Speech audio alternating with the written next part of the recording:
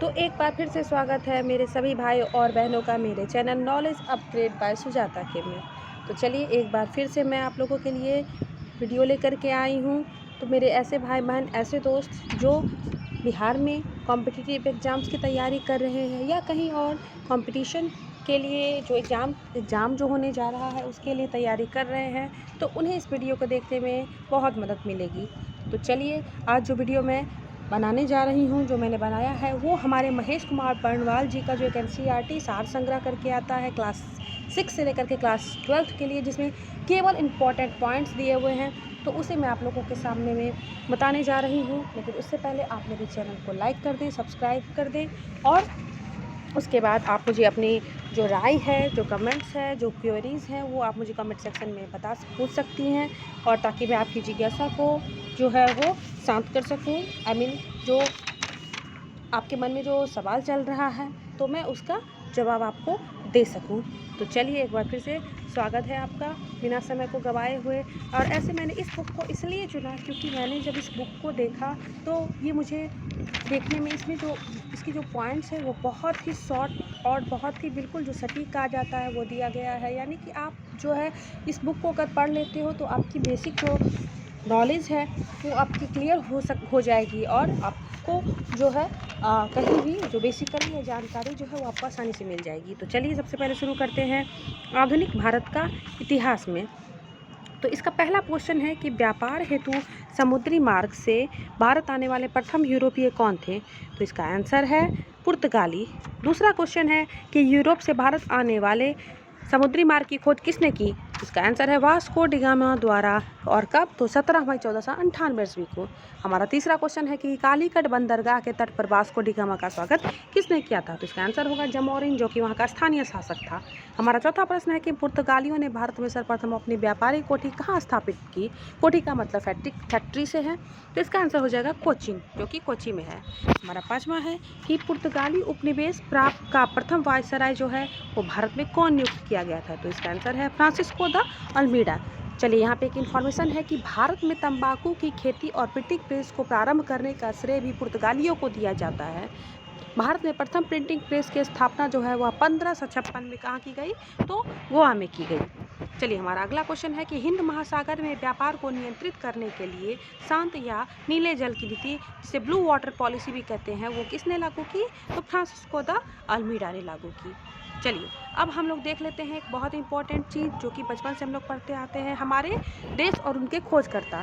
तो भारत की खोज किसने की है? वास्को डी गामा ने। अमेरिका की खोज किसने की है? कोलंबस ने। ऑस्ट्रेलिया की खोज किसने की है? कैप्टन जेम्स कुक ने। तस्मानिया और न्यूजीलैंड की खोज की है तस्मान ने। और केप ऑफ गुड होप जो कि दक्षिण अफ्रीका में है, इसकी खोज किसने की है? तो बार्थोलोम्यू डियाज ने। किसने की है? तो बार्थोलोम्यू डियाज कह सकते हैं उसे। चलिए हमारा अगला प्रश्न है कि भारत में पुर्तगाली शक्ति का वास्तविक संस्थापक किसे माना गया है? तो अल्बुकर्क को। किस वायसराय के काल में गोवा को पुर्तगालियों का औपचारिक मुख्यालय बनाया गया? तो नीनो डी कुन्हा। चलिए अगला हमारा जो पॉइंट्स है कि पुर्तगालियों ने हिंद महासागर के क्षेत्र में व्यापार पर नियंत्रण स्थापित करने के लिए कॉर्टेज और मेडा काफिला पद्धति की शुरुआत की। चलिए अगला क्वेश्चन है पुर्तगालियों के पश्चात भारत में व्यापार करने आए डच कहाँ के निवासी थे? तो वे थे हॉलैंड के निवासी, जिसे वर्तमान में अब हम लोग नीदरलैंड कहते हैं। अब आइए देखते हैं कि भारत में विदेशी कंपनियों का आगमन। तो पहली कंपनी पुर्तगाली ईस्ट इंडिया कंपनी थी, जिसे एस्तादो द इंडिया कहते हैं, और यह कौन से देश का है? तो ये पुर्तगाल का था, और इसकी स्थापना 1498 कोची में की गई।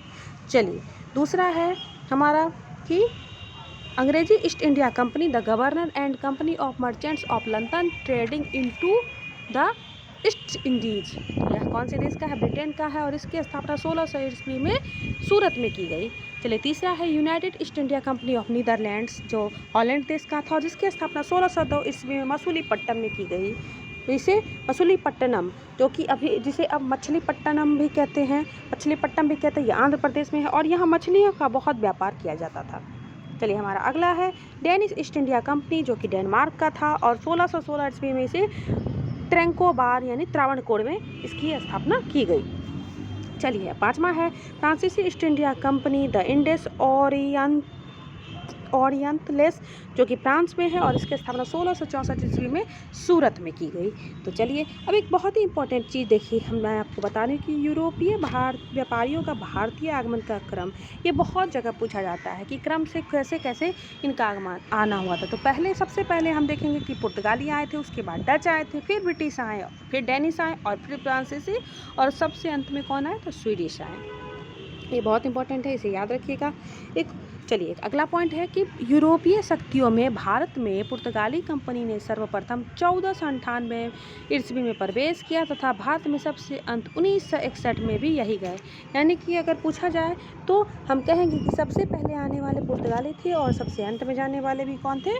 तो वो पुर्तगाली ही थी। चलिए अब हमारा जो नेक्स्ट है, अब नेक्स्ट हम लोग देख लेते हैं कि किस यूरोपीय शक्ति के द्वारा जो है वो भारत में मसालों के निर्यात के स्थान पर कपड़ों के निर्यात को प्राथमिकता दी गई? तो इसका आंसर होगा डचों के द्वारा। यानी कि जब पुर्तगाली आए थे तो उन्होंने मसाला का आयात निर्यात करना जो है वो बृहत स्तर पर किया था, लेकिन जब डच आए तो उन्होंने कपड़ों के निर्यात को प्राथमिकता दी। चलिए अगला है कि भारत के साथ व्यापार के लिए सर्वप्रथम संयुक्त पूंजी कंपनी किसने आरंभ की? तो इसका आंसर हो जाएगा डचों ने। हमारा अगला क्वेश्चन है कि 1759 में बेदरा का युद्ध किन दो यूरोपीय अंग्रेजी शक्तियों के बीच हुआ? तो ये हो जाएगा डच और अंग्रेज। यानी कि व्यापार को लेकर के जो युद्ध होने लगा था आपस में, तो उस समय में उस युद्ध को बेदरा का युद्ध कहा जाता है। ये डच और अंग्रेज के बीच में हुआ था। हमारा अगला है कि लंदन में ब्रिटिश ईस्ट इंडिया कंपनी के गठन के समय भारत का सम्राट कौन था? तो इसका आंसर होगा अकबर। उसके बाद है कि ब्रिटिश सम्राट जेम्स का प्रथम दूत बनकर भारत में व्यापारिक कोठी स्थापित करने का उद्देश्य से जहांगीर के दरबार में आने वाला ब्रिटिश नागरिक कौन था? तो ये थे कैप्टन हॉकिंस। यानी कि इस क्वेश्चन को इस तरह से भी पूछा जाता है कि जहांगीर के दरबार में आने वाले प्रथम ब्रिटिश अंग्रेजी अधिकारी कौन थे? तो वो कैप्टन हॉकिंस हम कहेंगे। वह 1608 ईस्वी में जो है वो उसके दरबार में आए थे। चलिए एक इम्पोर्टेंट पॉइंट है, देख लेते हैं कि ब्रिटिश ईस्ट इंडिया कंपनी द्वारा भारत में प्रथम अस्थायी कारखाना मसूलीपट्टनम 1611 में तथा प्रथम अस्थायी कारखाना सूरत 1613 में स्थापित किया गया था। यानी दो प्रकार के कारखानों का स्थापना की गई। तो पहला जो अस्थायी, जिसको हम लोग टेम्परोरी कहते हैं, तो वो मसूलीपट्टनम में 1611 में की गई थी, और जो अस्थायी यानी कि जो स्टेबल होता है वो सूरत में 1613 में किया गया। चलिए अगला है कि ईस्ट इंडिया कंपनी के किस अंग्रेज गवर्नर को औरंगजेब के द्वारा भारत से निष्कासित किया गया? तो इसका आंसर होगा सर जॉन चाइल्ड में। उसके बाद है हमारा अगला कि हैमिल्टन द्वारा सफल उपचार किए जाने के कारण किस मुगल बादशाह द्वारा ईस्ट इंडिया कंपनी के लिए वर्ष 1717 में महाधिकार पत्र जारी किया गया? तो इसका आंसर होगा फर्रुखसिया।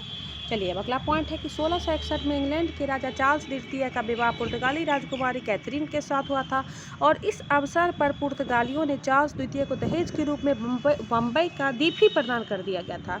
फिर 1668 ईस्वी में चार्ल्स द्वितीय ने 10 पाउंड वार्षिक किराया देकर बम्बई ईस्ट इंडिया कंपनी को दे दिया। यानी उस समय जो है वह बम्बई की जो है वो क्या कहते हैं, उसे किराया पे उसे दहेज में दिया गया, तो फिर उन्होंने किराया लगा करके उसे अपने आय का जरिया बना लिया। चलिए अब है हमारा नेक्स्ट, हम लोग देख लेते हैं कि प्रमुख शहरों के संस्थापक। चलिए ये बहुत इंपॉर्टेंट है। तो कोलकाता के संस्थापक है जॉर्ज चार्नोक, मद्रास के फ्रांसिस डे, नई दिल्ली के एडविन लुटियंस व हर्बर्ट बेकर, और बम्बई के गेराल्ड ऑनिंग्यार। चलिए अब अगला क्वेश्चन है कि यूरोप वासियों के लिए सर्वप्रथम सोरा और अफीम की प्राप्ति का मुख्य क्षेत्र कौन सा था? तो बिहार। यानी बिहार में इसकी खेती जो है वो बहुत ही अच्छे ढंग से की जा रही थी।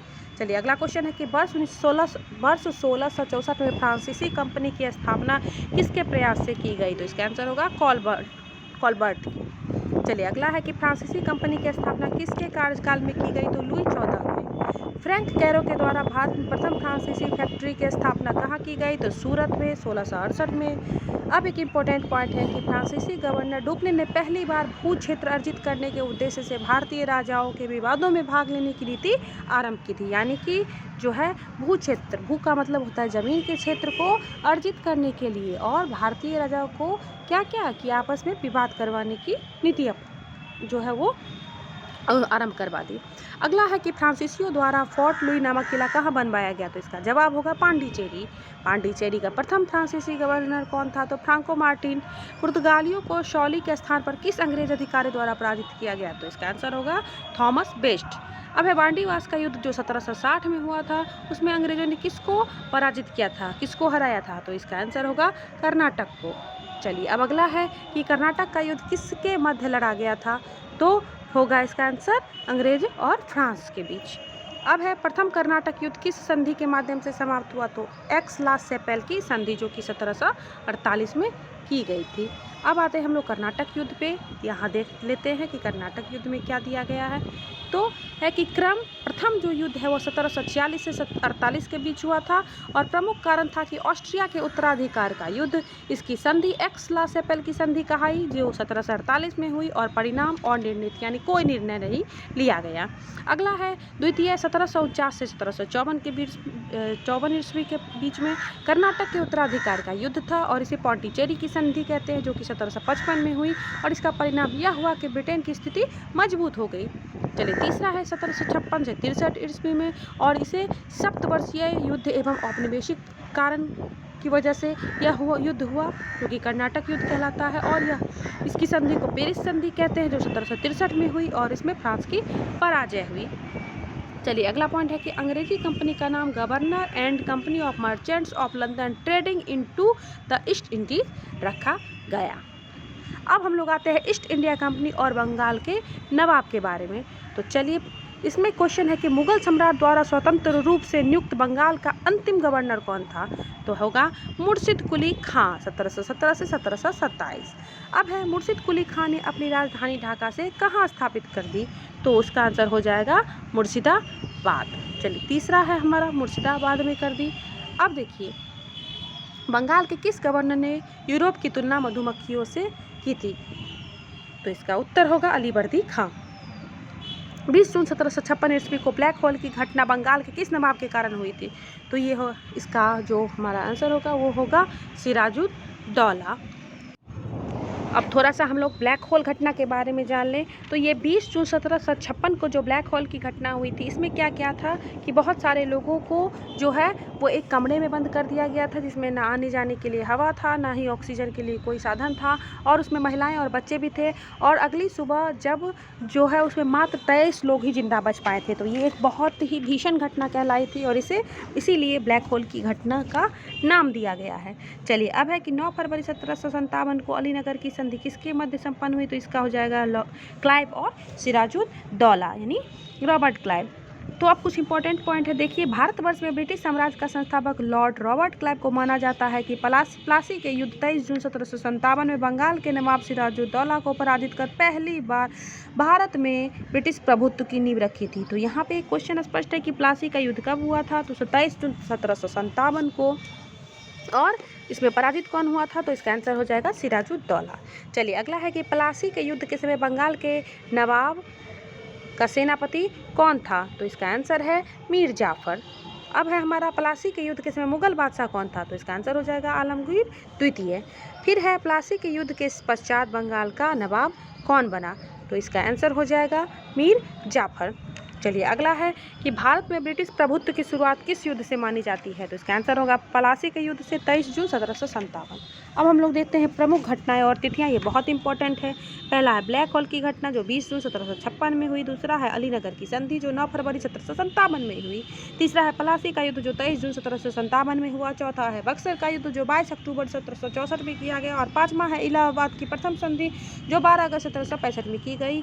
उसके बाद छठा है इलाहाबाद की द्वितीय संधि जो 16 अगस्त 1765 में की गई। और आखिरी है बनारस की संधि जो वर्ष 1773 में की गई। वर्ष 1842-44 तक गवर्नर जनरल रहे लॉर्ड एलनबरो का कार्यकाल कुशल और कर्मण्यता की नीति का काल माना जाता है।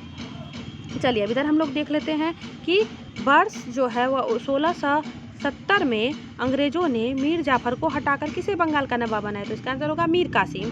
तो कारण क्या था? 22 अक्टूबर 1764 को बक्सर के युद्ध में अंग्रेजों ने मीर कासिम, अवध के नवाब शुजाउद्दौला तथा दिल्ली के मुगल सम्राट शाह आलम द्वितीय की सम्मिलित सेना को पराजित कर दिया था। अब है कि बक्सर के युद्ध के समय ब्रिटिश सेना का सेनापति कौन था? तो हेक्टर मुनरो। बक्सर के युद्ध के समय बंगाल का नवाब कौन था? तो मीर जाफर। चलिए तो अगला देखते हैं कि बक्सर युद्ध के पश्चात इलाहाबाद की प्रथम संधि जो है वह मुगल सम्राट शाह आलम द्वितीय, बंगाल के नवाब नजमुद्दौला तथा क्लाइव के मध्य और इलाहाबाद की द्वितीय संधि क्लाइव तथा अवध के नवाब शुजाउद्दौला के मध्य संपन्न की गई। चलिए हमारा अगला है कि किस संधि के माध्यम से अंग्रेजों को बंगाल, बिहार और उड़ीसा की दीवानी प्राप्त हुई? तो वो होगा इलाहाबाद की संधि। स्वर्ग से उत्पन्न सेनानायक किसे कहा गया है? तो रॉबर्ट क्लाइव, यानी अपने अच्छे कामों के लिए इन्हें स्वर्ग से उत्पन्न सेनानायक कहा गया था। अब है इलाहाबाद की संधि के पश्चात बंगाल में द्वैत शासन की स्थापना किसके द्वारा की गई? तो इसका एकमात्र आंसर है रॉबर्ट क्लाइव। चलिए अब देखते हैं उत्तर मुगल कालीन राज्यों के संस्थापक। तो बंगाल का स्थापना काल है 1717 से 1727 और संस्थापक का नाम है मुर्शिद कुली खां। हैदराबाद की स्थापना 1724 में और संस्थापक का नाम है निजाम उल मुल्क यानी चिनकिलिच खां। चलिए भरतपुर होगा 18वीं शताब्दी और संस्थापक का नाम है चूड़ामन और बदन सिंह। कर्नाटक 18वीं शताब्दी और इसके संस्थापक का नाम है सदाउद्दौला खां। चलिए अवध का जो स्थापना काल है वह 1722 से 1724 है और इसका भी संस्थापक का नाम है सदात खां बुहरान उल मुल्क। अब है जयपुर 18वीं शताब्दी जो कि सवाई राजा जयसिंह ने की थी। रुहेल पठान 18वीं शताब्दी मोहम्मद का बंगस ने की और मैसूर भी 18वीं शताब्दी जिसे हैदर अली ने स्थापित किया था। चलिए अब हमारा अगला पॉइंट है क्षेत्रीय राज्य जो है पंजाब और मैसूर। तो सिख साम्राज्य का संस्थापक किसे माना जाता है? महाराजा रणजीत सिंह को। और कब हुआ था? तो 1799 में। अब है महाराजा रणजीत सिंह किस मिसल से संबंधित थे? तो सुकर चकिया से। अब है महाराजा रणजीत सिंह के राज्य की राजधानी कहाँ थी? तो लाहौर। महाराजा रणजीत सिंह ने सुप्रसिद्ध कोहिनूर का हीरा किससे प्राप्त किया? तो शाह शुजा से। अब है 25 अप्रैल 1809 को अमृतसर की संधि किसके मध्य की गई? तो महाराजा रणजीत सिंह और अंग्रेजों के मध्य की गई। तो अब है अगला पॉइंट कि महाराजा रणजीत सिंह एक धर्मनिरपेक्ष शासक थे। उन्होंने कहा था कि ईश्वर की इच्छा कि मैं सभी धर्मों को एक निगाह से देखूं, इसलिए उन्होंने दूसरी आंखों की रोशनी ले ली, यानी एक आंख से उन्हें नहीं दिखता था। चलिए अब अगला है कि वर्ष 1854 में प्रारंभ हुआ प्रथम आंग्ल सिख युद्ध के दौरान भारत का गवर्नर जनरल कौन था? तो लॉर्ड हार्डिंग प्रथम इसका आंसर होगा। चलिए अगला देखते हैं प्रथम आंग्ल सिख युद्ध किसके द्वारा समाप्त हुआ? तो इसका हो जाएगा लाहौर की संधि जो कि 1846 में हुई थी। अब है महाराजा रणजीत सिंह का उत्तराधिकारी कौन था? तो इसका आंसर है खड़क सिंह। उसके उत्तराधिकारी का नाम था खड़क सिंह। अब चलिए हम लोग अगला देखते हैं कि महत्वपूर्ण संधियाँ, जो कि पहला है पुरंदर की संधि कब हुई थी? तो पुरंदर की संधि हुई थी आपको 1665 ईस्वी में। वडगांव की संधि 1779 ईस्वी में। सालबाई की संधि 1782 में। देवगांव की संधि 1803 में।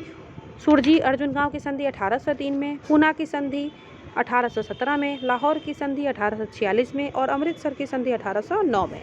चलिए अब अगला है द्वितीय आंग्ल सिख युद्ध किस गवर्नर जनरल के काल में हुआ था? तो इसका आंसर होगा लॉर्ड डलहौजी।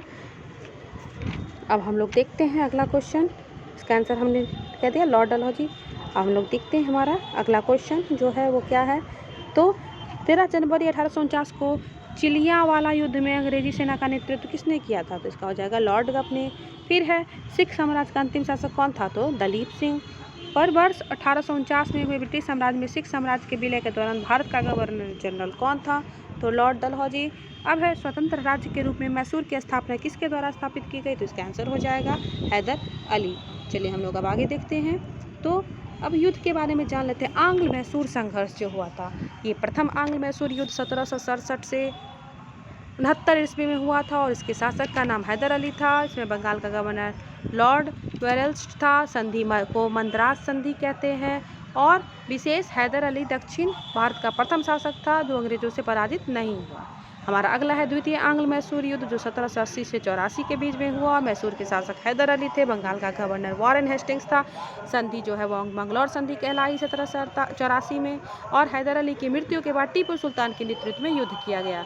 तीसरा है आंग्ल मैसूर युद्ध 1790 से 92 में, और शासक थे टीपू सुल्तान, बंगाल का गवर्नर लॉर्ड कॉर्नवालिस। संधि श्रीरंगपट्टनम की संधि 1792, और विशेष क्या हुआ कि तो टीपू सुल्तान की स्थिति कमजोर हो गई। चलिए अगला है हमारा कि चौथा आंग्ल मैसूर युद्ध 1799 में हुआ। उसमें मैसूर के शासक टीपू सुल्तान थे, बंगाल का गवर्नर लॉर्ड वेलेस्ली था, और इसे मैसूर सहायक संधि भी कहते हैं। और उस समय टीपू सुल्तान की मृत्यु हो गई। मैसूर में पुनः वडियार वंश की स्थापना, अंग्रेजों ने वडियार वंश के शासक से सहायक संधि कर ली। तो चलिए कुल मिलाकर के आज जो है हमारा आधुनिक भारत का इतिहास है, उसमें हमने देखा कि किस तरह यूरोपीय कंपनियों का आगमन हुआ, और ईस्ट इंडिया कंपनी और बंगाल के नवाबों का क्या रोल रहा, और क्षेत्रीय राज्य जिसमें पंजाब और मैसूर आते हैं। तो इस समय हमने जो है वो पंजाब के बारे में जाना और मैसूर के बारे में जाना। अब अगला जो है हम लोग कल आगे के चैप्टर को देखेंगे। उम्मीद करती हूँ कि आपको मेरा ये वीडियो पसंद आया होगा। इसे लाइक करें, सब्सक्राइब करें और ज़्यादा से ज़्यादा शेयर करें प्लीज़, ताकि मैं आप मोटिवेट होकर के आप लोगों के लिए और भी अच्छे वीडियोस बना सकूं। और आप लोग और भी ज़्यादा अगर एजुकेशन में कुछ जानना चाहते हैं, कुछ और भी नॉलेज आपको चाहिए, तो आप मेरे कमेंट सेक्शन में अपनी राय लिख सकते हैं, आप अपने क्वेश्चन को लिख सकते हैं। तो चलिए आप लोगों का बहुत बहुत धन्यवाद। उम्मीद करते हैं फिर मिलते हैं। चलिए बाय।